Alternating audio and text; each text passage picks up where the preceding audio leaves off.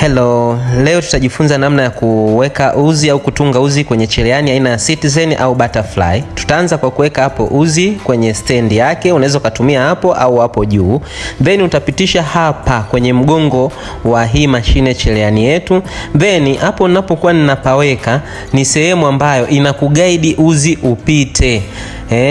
Kisha uzi umepita hapo kwenye hako katundu. Baada ya kupita hapo kwenye hako katundu, upande wa pili huku nitakuonyesha uzi ukitoka hapo kwenye katundu unapita kuzunguka hapa kwenye tension diski au kwenye hivi vimigongo viwili vilivyogeukiana, vibati viwili vilivyogeukiana. Uzi unaupachika hapo katikati, usiweke huku mwanzoni kwenye spring au mbele ya spring, katikati ya hiyo migongo miwili. Ukishapitisha hapo unakuja kupitisha hapa kwenye teka, sled teka.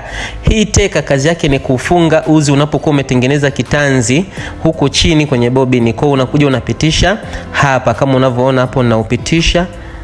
Nitakiwa uwe makini na uzi wako umekata vizuri huku mbele ili usikusumbue.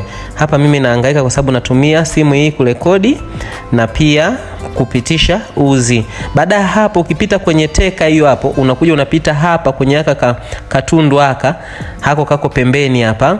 Haka kanaitwa ka sled guide, kana kuguide kwamba uzi lazima upite hapa ili kuepuka uzi kukatika au kuwa loose ovyo. Baada ya hapo hapa kwenye sindano juu ukiangalia kwa makini kuna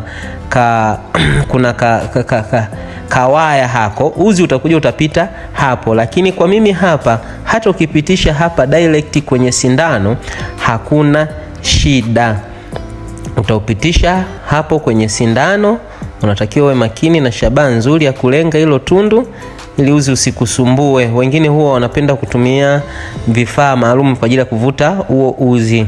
Kama una ugonjwa wa macho unashauriwa kutumia miwani, usitumie macho kavu, utapofuka macho. Mpaka hapo uzi unakuwa upo tayari na unakuwa umeshaweza kutunga kwenye cherehani yako. Unaupitisha